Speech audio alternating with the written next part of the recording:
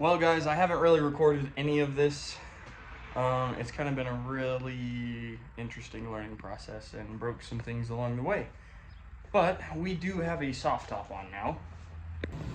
We are currently in the process of getting everything finished up. We got the latches all on. She does go up and down. That's now broken again, and we got to clean out this interior really good. The interior is absolutely filthy. I'm going to flip you around again. What we're going to do next, after I tidy up the soft top, get that all where we want it, is the coil pack clips, the ignition clips themselves.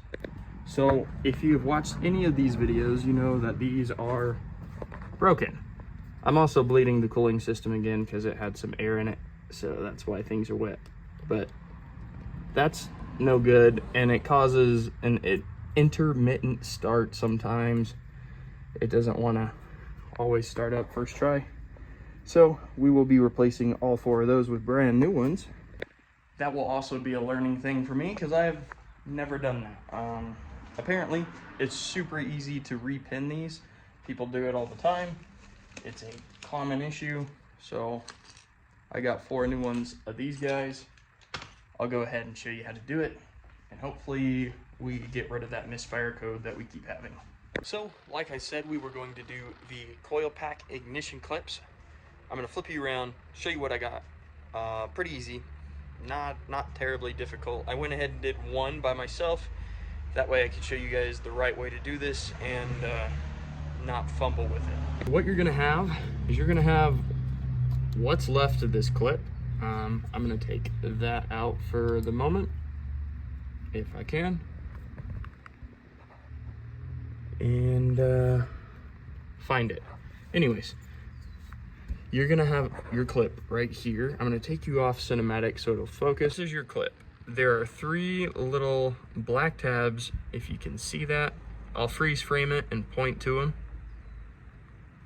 But you're going to pop each one of those up and slide the pins out. And the easiest way I have found to do this is actually, I have a little pick, and it is just small enough for me to get into those little spots, pop those tabs up, release the old clip, slide the new one on. This is your new clip. It comes with a new, it's like a rubber seal to keep water out. If you look down in there, you can see those prongs I'm talking about. They just lift right up. We're gonna go pull that one off, put this one on. Make sure you have the correct wires in the correct position and that you put it on the correct orientation. So the clip is going to be facing the driver's side of the vehicle, and they will sit just like that. So this is what that essentially looks like depinned. Let's not mix those up. And you're really just going to go ahead, take your new clip here and slide it over. They will click in place. You will know when they're seated because they will click in place. It'll make an audible click. You want 3 clicks because you got 3 pins. So you slip this in, and then you have your blue retainer. This just keeps everything in place nice and tidy and helps slide it into your coil pack. Sweet. Let's keep going. Now that you've got that new clip on there, go ahead, take your blue piece. The thinned side will go towards the bottom and slide right into those, or that recess or space, and it's just going to literally pop in, and that's it. That's all you got to do. So I'm going to do that 2 more times, plug it back in. We shouldn't have a misfire code anymore on the S2000, along with intermittent starting and misfiring upon starting. So hopefully that works. Definitely looks better. As long as it holds better and it functions better, that's what we care about. All 4 of those have brand new clips. Also, I don't remember if I mentioned, but we got titanium hardware from Speed Factory, and it looks absolutely amazing.